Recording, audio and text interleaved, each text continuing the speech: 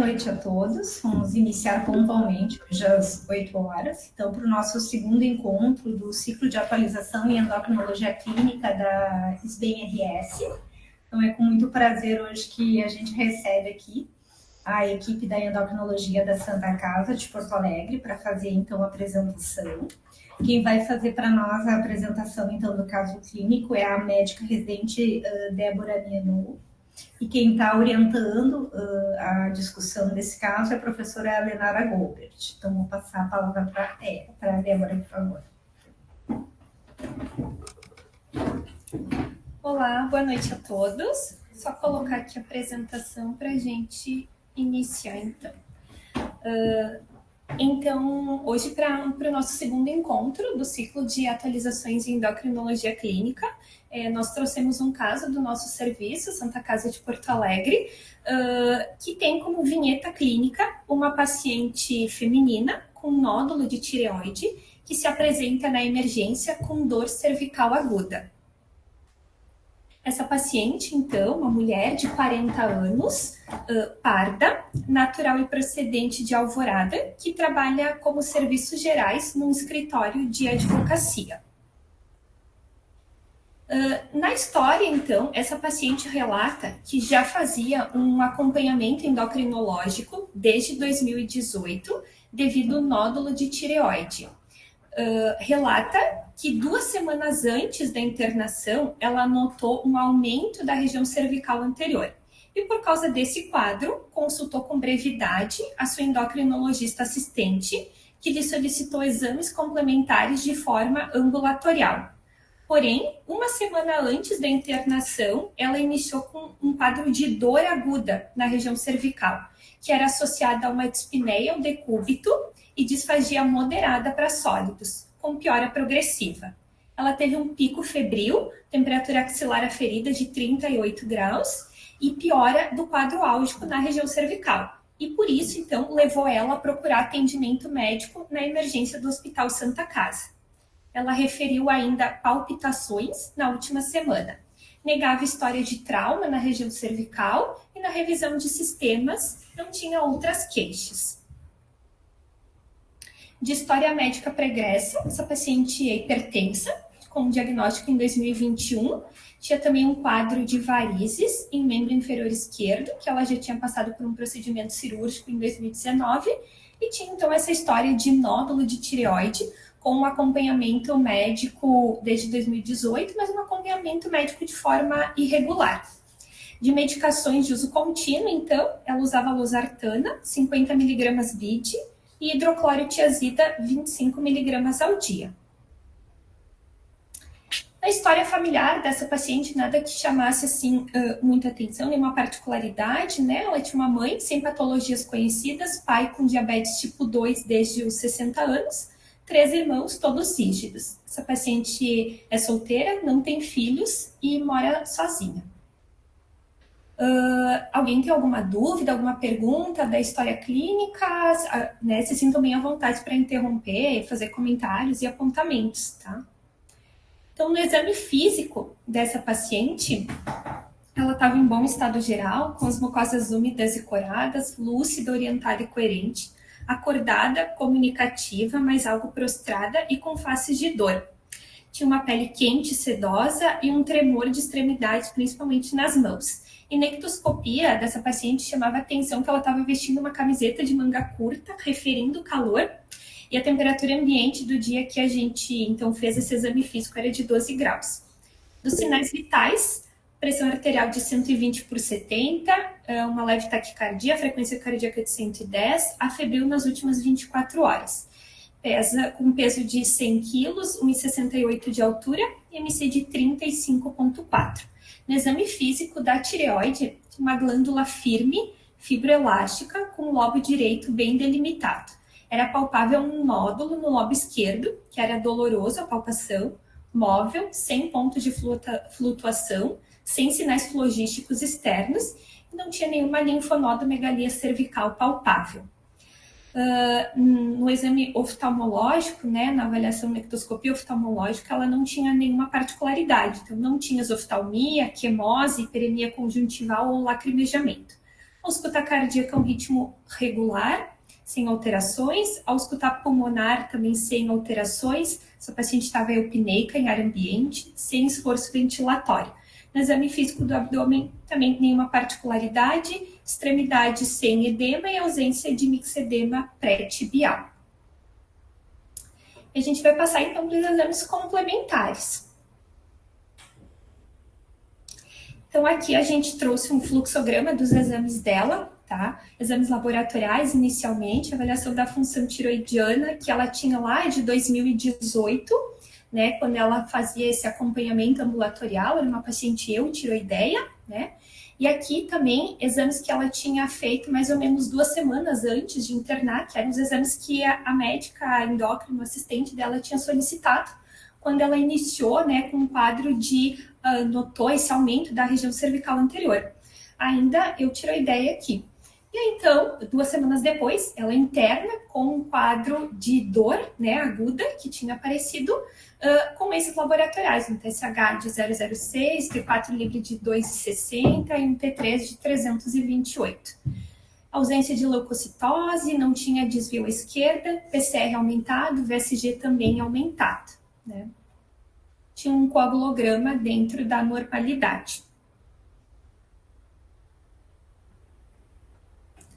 Então, o exame de imagem dessa paciente, não sei se a gente consegue ver bem aqui, isso. O exame de imagem, na ecografia de tireoide dessa paciente, que ela fez na data da internação, era visível uma lesão sólido cística, predominantemente cística, no lobo esquerdo da tireoide, medindo 7,6 por 5,7 por 5,5, com um volume de 120, mais ou menos 120 centímetros cúbicos, né? Então, uma lesão cística bem delimitada, com a aparente presença de nível hidroaéreo. Eu acho que é importante, Débora, que essa área mais ecogênica ali, né, sugestiva de um hematoma, né, de um sangramento ali, né? Isso.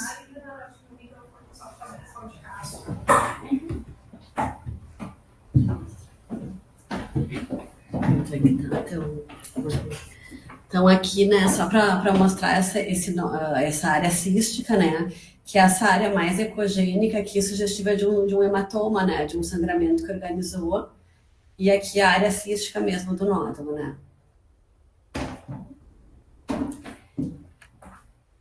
Então, durante a internação, a gente conseguiu recuperar também uma ecografia que ela tinha feito lá em 2018, né? Esse mesmo nódulo que a gente acabou de ver no exame anterior, né? E ela tinha, então, descrito como um nódulo sólido com áreas de degeneração cística, que na época, então, media 3 por 1,9 por 2, que já tinha sido puncionado, era um nódulo benigno, Bethesda 2, na citologia. E também a gente recuperou a tomografia que ela tinha feito de forma ambulatorial, né? Quando antes de internar, quando ela começou com sintomas, né? Que mostrava já essa imagem nodular heterogênea de 7 por 5,5 por 4,5, que era bastante volumosa, tinha até deslocamento da traqueia e redução da luz traqueal, né, em aproximadamente 40%. Então aqui eu coloquei para a gente ver também essa lesão na tomografia.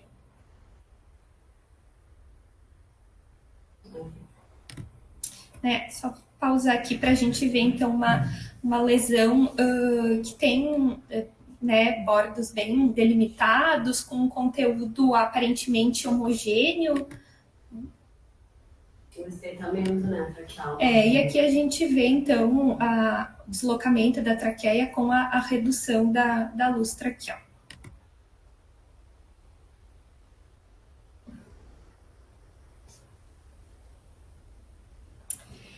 Então, diante dos achados que a gente tinha inicialmente dessa paciente, né, da apresentação aguda dela, dos exames laboratoriais e da primeira ecografia, né, que a gente tinha dela, da internação, a nossa primeira hipótese diagnóstica, né, levando em conta também a gravidade da hipótese, né, que foi de uma tireoidite aguda. Então, a gente pensou que se tratava, né, que a paciente estava apresentando um quadro de tireoidite aguda.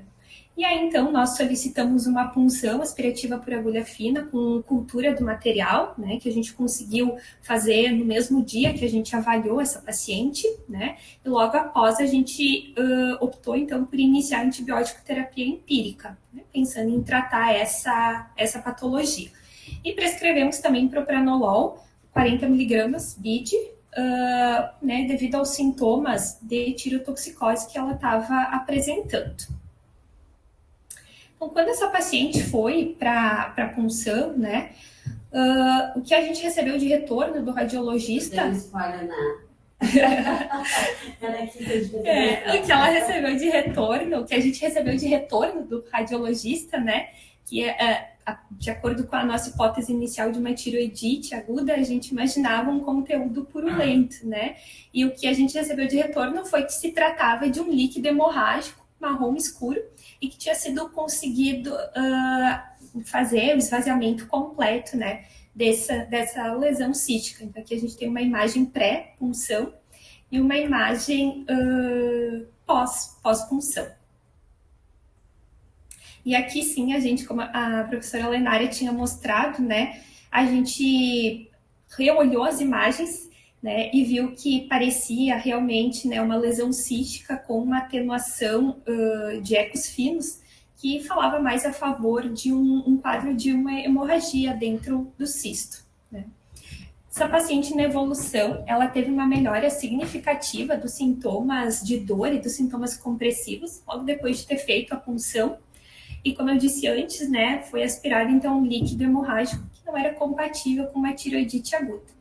E a nossa impressão diagnóstica, então, passou para uma hemorragia de um nódulo da tireoide, mas a gente ainda tinha o quadro, né, de tireotoxicose dessa paciente para explicar, em que a gente estava tentando entender se essa tireotoxicose era causada por esse hematoma, pelo sangramento que ela teve dentro do nódulo, ou se essa paciente tinha alguma outra doença de base que com o sangramento acabou desencadeando. Nós optamos, então, por manter o antibiótico dela até a gente ter o resultado dos culturais. Aumentamos o propranolol, porque ela ainda tinha algumas queixas, né, alguns sintomas de tireotoxicose, ainda tinha um pouco de taquicardia, tremor fino, e solicitamos, então, um TRAB. Mais ou menos 48 horas, um pouco mais. Depois a gente teve o resultado do bacterioscópico e do bacteriológico dessa paciente que não teve crescimento bacteriano, então, no material coletado. E nós optamos, então, por suspender o antibiótico, né, porque tinha diminuído a quase zero a nossa hipótese de tiroidite, né, e passado a ser, então, um sangramento intranódulo. E observamos a evolução clínica dessa paciente. Repetimos a função tiroidiana dela 2 dias depois de ter puncionado, né? Ela então estava com um TSH suprimido, um T4 livre bastante aumentado, de 7,45 e um T3 de 300. Já tinha uma leve melhora, né, dos marcadores inflamatórios, e aqui a gente conseguia ver, né, um pouco melhor o aumento, né, desproporcional do T4 livre em relação ao T3, que antes a gente tinha, né, um T3 e um T4 aumentados, mas diferente do que a gente imagina nos quadros de tireoidite, né, em que a gente vai ter um aumento do T4 muito mais marcado. Nesse segundo momento, a gente já conseguia ver essa desproporção. 5 dias depois de ter feito a punção, essa paciente, então, estava clinicamente estável, tinha uma melhora dos sintomas da tireotoxicose, não teve um novo aumento, né? Então, na nossa impressão, essa lesão não ressangrou, e nós optamos, então, pela alta hospitalar. Ela foi de alta, com propranolol 40 mg 3 vezes ao dia, com plano de retorno ambulatorial breve. Optamos, então, por deixar sem o tapazol, porque a gente tinha poucos indícios de se tratar de uma doença de Graves, a gente ainda não tinha o TRAB, mas essa paciente não tinha achados clínicos, né, de orbitopatia, de mixedema, e ela era previamente eutiroideia, como a gente já viu no fluxograma dos exames. Fizemos contato com a endócrino assistente dela, e o nosso plano já era de uma lobectomia quando ela tivesse estabilização da função tiroidiana. Alguns dias depois da da alta, né, mais ou menos 10 dias depois, ela vai em um retorno ambulatorial bem, sem queixas, frequência cardíaca bem controlada, e aqui é um caso de vida real, né, o paciente não coletou os exames, porque era uma consulta de encaixe, mas a gente conseguiu ver o resultado do TRAB, que era negativo. Então, essa paciente acabou, por questões pessoais, até se perdendo no acompanhamento e voltou 3 meses depois da internação, retorna em setembro, tá? Em setembro, ela vem bem e sem queixas, tinha trazido exames, que a gente vai ver na sequência, tinha suspendido o propranolol por conta, né? E a gente acabou encaminhando, então, ela para avaliação com cirurgião de cabeça e pescoço, tá? Em janeiro, ela retorna, né? Em janeiro agora desse ano, consultou com o cirurgião e foi já agendado procedimento, né? Foi definido, então, por uma lobectomia esquerda.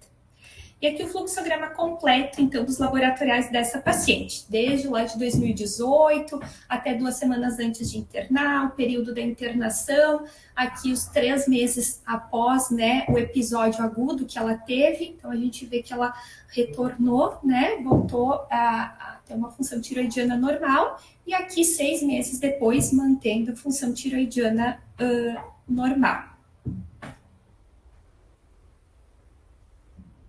Em março, então... Ela refez o cisto? Se voltou a... Não. O cisto não voltou. Não. Ela continuava com um nódulo bem semelhante ao que era lá em 2018, né, na ecografia prévia, mas não voltou a ter aumento, não voltou a ter sangramento, mas a lesão, ela continuava tendo ali. E aí, então, em março desse ano, a paciente foi para a cirurgia, né? Foi decidido, então, por uma lobectomia esquerda. Ela não... Acabei não colocando aqui, mas no lobo direito ela não tinha nódulos descritos nas ecografias prévias, então se optou por uma lobec à esquerda. E no AP, então, uma doença nodular folicular da tireoide. Até com a descrição aqui da área cística, né? Que a gente já tinha visto previamente. Até vou fazer um comentário, Miguel, sobre essa tua pergunta. Ela se incomodava com o nódulo, ela já tinha um problema de urite.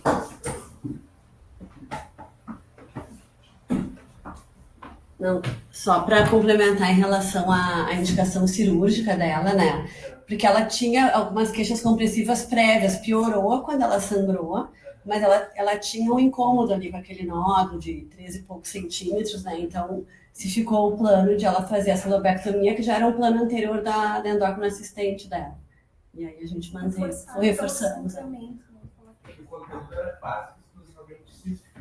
Quando ela fez aquele sangramento, aquela tiroidite, aquele quadro de tiroidite aguda. Mas ela tinha um conteúdo antes que era bem misto, assim, né? E aí aqui também, aí depois que ela esvaziou, ele ficou muito parecido com o que era anterior, era um nódulo misto. Acho que tu tem, né? Eu vou voltar aqui na imagem dela, aqui, ó, pós-punção, a imagem dela ali.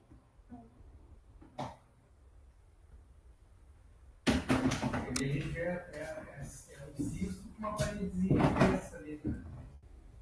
Esse é pré-punção. Aqui, isso, pré-punção. Esse é o da punção. Isso, aqui, depois.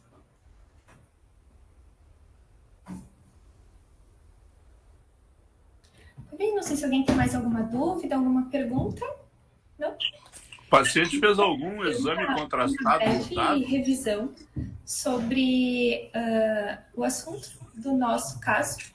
Então, uma hemorragia aguda de nódulo de tireoide causando uma tireotoxicose transitória.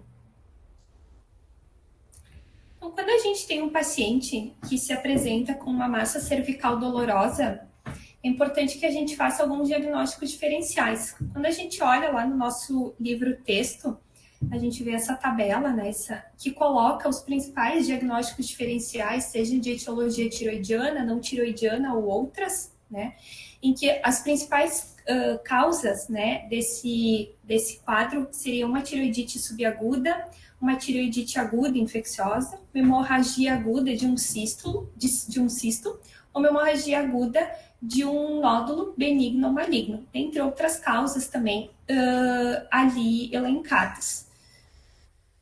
Quando a gente pensa nas tiroidites, né, nas duas principais diferenciações, na tiroidite subaguda e na tiroidite aguda, uma é o diagnóstico diferencial da outra, dentro das suas apresentações. Essas são patologias que inicialmente podem ter apresentação clínica bastante semelhante, mas que ao longo do percurso, né, do decurso da doença, a gente consegue, então, encontrar algumas características para diferenciar elas. Apesar da tireoidite subaguda ser muito mais comum, né, ela também geralmente tem uma evolução muito mais benigna, enquanto a tireoidite aguda é uma entidade um pouco mais rara, mas que pode ter uma evolução bastante complicada para o paciente. Então, a gente não vai entrar nos pormenores aqui da diferenciação, né?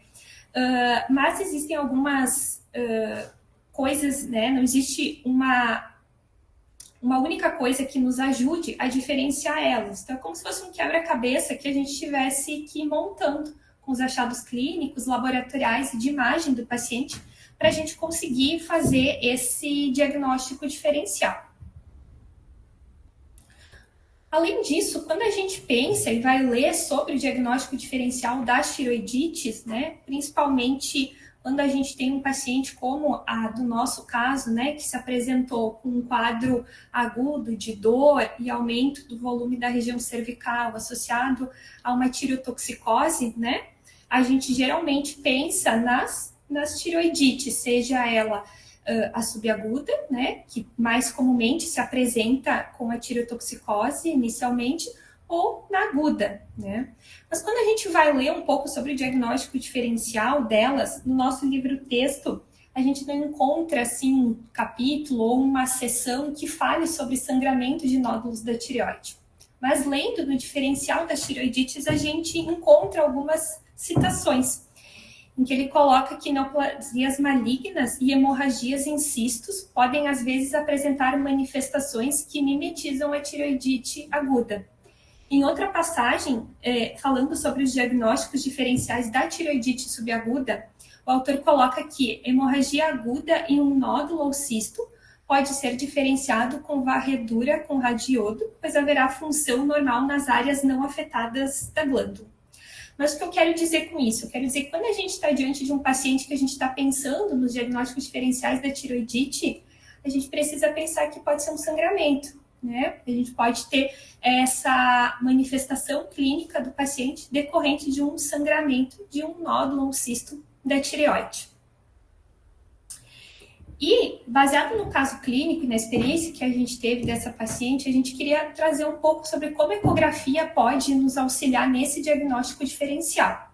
A gente sabe que existem outras metodologias, como a cintilografia, captação de iodo, que também poderiam nos ajudar aqui, mas a gente vai dar um papel de destaque aqui para a ecografia, né? Então, quando a gente tem um paciente com uma tireoidite subaguda, os achados que a gente tem na ecografia, geralmente são esses que a gente está vendo nessas imagens aqui. Áreas hipoecóicas, irregulares e mal definidas, dispersas no parênquima. Um parênquima é demasiado, na grande maioria das vezes é demasiado como um todo, sem ter uma lesão definida, né, como era o caso da nossa paciente. Quando a gente olha as imagens de um paciente com tireoidite aguda, a gente vê, então, uma formação expansiva, hipoecóica, geralmente, característica de um abscesso, né? Que inicialmente foi a hipótese que a gente teve para a nossa paciente, né? Claro que agora revisando, né, e olhando o caso de trás para frente, a gente vê que tem algumas diferenças. E quando a gente tem um sangramento de um cisto, um nódulo na tireoide, a gente vê então essa lesão cística, geralmente de paredes bem definidas, com ecos finos, né, no seu interior, como nessa imagem aqui, que é bem semelhante à da nossa paciente. A gente pode ter também alguns ecos e achados mais grosseiros, que representam, então, material de depósito, representam a hemosiderina do próprio sangramento que teve dentro do nódulo, né? Além do que chama a atenção nas imagens, a presença de um reforço acústico posterior, que é sempre bem marcado nessa apresentação. E na tomografia, então, a gente vai ter um nódulo bem definido, que tem uma atenuação de partes líquidas, né, na tomografia. Então, a gente reforça aqui e traz, né, a importância da ecografia, mais do que isso, a importância da imagem ecográfica, né, como um auxiliar, né, nesse diagnóstico diferencial. Quando a gente fala propriamente dito dos sangramentos na tireoide, é importante a gente lembrar que essa glândula ela é bastante vascularizada e ela tem limites capsulares, né? O que dá para ela uma limitação, né, da expansão possível que ela pode ter. E a gente pode ter sangramentos na tireoide de grau suficiente a causar um comprometimento agudo das vias aéreas. As principais causas de sangramentos descritas na literatura da tireoide, então, descritas na literatura, né, de sangramentos da tireoide, são trauma cervical externo, punção aspirativa por agulha fina, apesar de ser uma complicação não frequente, né, do procedimento, pós-intubação orotraqueal, especialmente nas intubações mais complexas, ou sangramento espontâneo. E os principais fatores de risco, então, é o paciente em uso de anticoagulante, a cistos coloides, né, que são mais favoráveis a ter sangramento, nódulos com conteúdo espongiforme e nódulos com suprimento sanguíneo abundante. Os principais sinais e sintomas, dor e abaulamento na região cervical, né, sintomas compressivos, disfagia, dispneia, sensação de sufocamento. E o papel da ecografia, então, para ajudar no diagnóstico diferencial e da punção, que vai nos ajudar tanto no diagnóstico quanto no tratamento desses sintomas compressivos. Importante avaliar o coagulograma do paciente, né, que algumas alterações da coagulação podem favorecer o ressangramento, né. E como a gente viu, alguns achados, então, na ecografia, né, que vão nos ajudar a pensar nesse diagnóstico. Quando a gente olha na literatura, a gente não tem muitos estudos grandes, né, dessa patologia, mas tem um estudo recente, né, um estudo de corte retrospectivo, claro, que foi publicado em 2020 agora, em que eles olharam registros de mais de 600 mil pacientes atendidos num pronto-socorro na Itália, no período de 2009 até 2018, e eles encontraram 59 pacientes que se apresentaram com sangramento intratiroidiano. A maioria mulheres, né, como já era de se esperar, né? E 4 deles, então, estavam em uso de anticoagulante. E aqui eles só incluíram casos de sangramento espontâneo. Tá? Os sintomas da apresentação, a grande maioria, então, com dor cervical e edema, né? Disfagia, dispneia. Metade dos pacientes tinham uma doença multinodular e quase metade, nódulo único. Todos os nódulos tinham uma aparência mista, né, de cística sólida e tinham dimensões que iam de 9 até 60 milímetros. O da nossa paciente tinha 70 milímetros. E em relação à função tiroidiana desses pacientes, dos 59, 12 tinham hipertiroidismo na apresentação, mas eles não tinham informações da função tiroidiana prévia e nem do segmento desses pacientes. Então, a gente não sabe dizer se eram pacientes que já tinham alguma causa de tireotoxicose prévia e também não sabe dizer se recuperaram ou o que aconteceu com a função tiroidiana desses pacientes. Um precisou fazer a cirurgia de urgência, porque teve comprometimento da via aérea, e no segmento de 6 meses, 7 foram operados, e chama a atenção que 3 tiveram diagnóstico de neoplasia maligna, dos 7 que foram operados, então 5% da amostra inicial.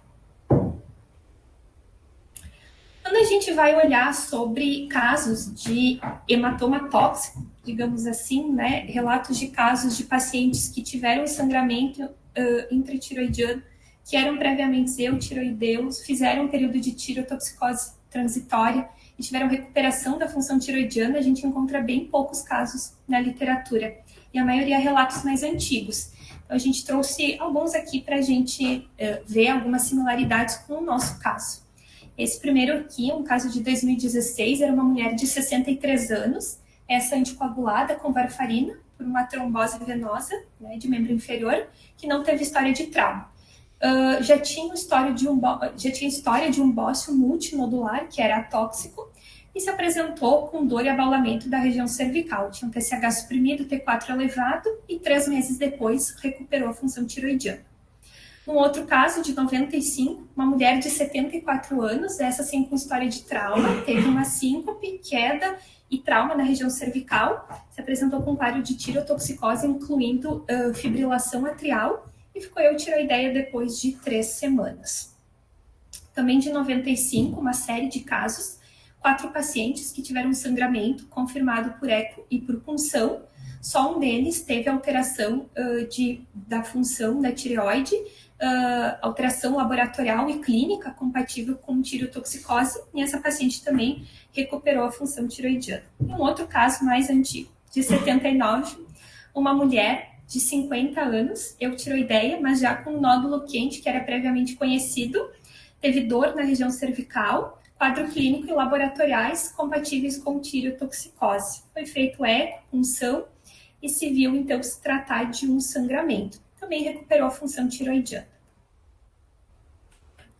Bom, então quando a gente pensa nesse quadro, né, como da nossa paciente, em que ela teve um sangramento, né, de um cisto, de um nódulo sólido cístico, né, da tireoide, e cursou com um quadro de tirotoxicose, algumas orientações para o tratamento, para o acompanhamento desse paciente.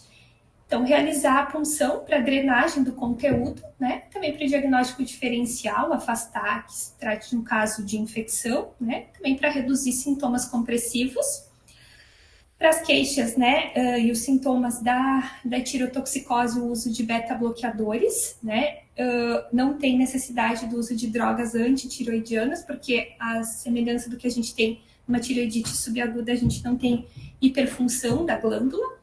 Considerar lobectomia ou tiroidectomia na mesma internação, nos casos em que o paciente tem risco da via aérea, né? O paciente tem um sangramento ativo ou teve um sangramento maciço, pelo risco de voltar a sangrar, né? Considerar um diagnóstico diferencial da tirotoxicose, possíveis causas prévias de hipertiroidismo precisam ser avaliadas, né? Não tem como a gente atribuir que tirotoxicose seja só pelo sangramento, porque a gente tem diversos casos descritos de pacientes que sangraram um nódulo da tireoide, mas não tiveram tirotoxicose, né? E considerar a tiroidectomia, lobectomia breve, de forma ambulatorial. Essas são as nossas referências que a gente usou no trabalho. Isso, muito obrigada. Estamos